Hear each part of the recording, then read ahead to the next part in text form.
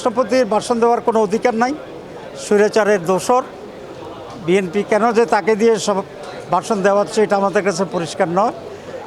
তো এই বিষয়ে আমরা কিছু সিদ্ধান্ত নিয়েছি, সেই সংসদীয় অধিবেশনে এজেন্ডার সমূহ আলোচনা করেছি। আমাদের এমপিদের ভূমিকা কী হওয়া উচিত সে ব্যাপারে কিছুটা দিক নির্দেশনা দেওয়া হয়েছে। যেহেতু অধিকাংশই সদস্য নতুন, সে কারণেই সংসদের ফর্মালিটিস, তারপরে ক্রাইটেরিয়া, ক্যারেক্টার, ভাষা, এসব বিষয়ে আমরা কিছুটা তাদেরকে ব্রিফিং দিয়েছি করার জন্য। আর স্পিকারের বিষয়ে আমরা একটা সিদ্ধান্তে পৌঁছেছি নিঃসন্দেহে, তবে এটা যখন প্রস্তাব আসবে তখন এটা আমরা জানাবো।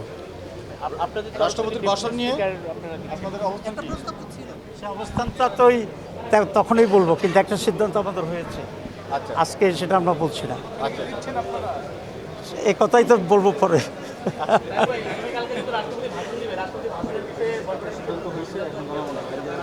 আমরা মনে করি রাষ্ট্রপতির ভাষণ দেওয়ার কোনো অধিকার নাই।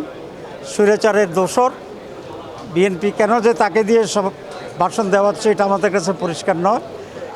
তো এই বিষয়ে আমরা কিছু সিদ্ধান্ত নিয়েছি, সেটা আপনারা কালকে জানবেন। জুলাই সনদ কোন লিঙ্গ কালকে ডেপুটি স্পিকার নিয়ে একটু যদি খোলাসা করতেন। আমি এতটুকু বলবো যে আমরা একটা সিদ্ধান্ত নিয়েছি, কিন্তু সিদ্ধান্তটা কি এটা খোলাসা হবে যখন ফর্মালি এই বিষয়ে আলোচনা হবে।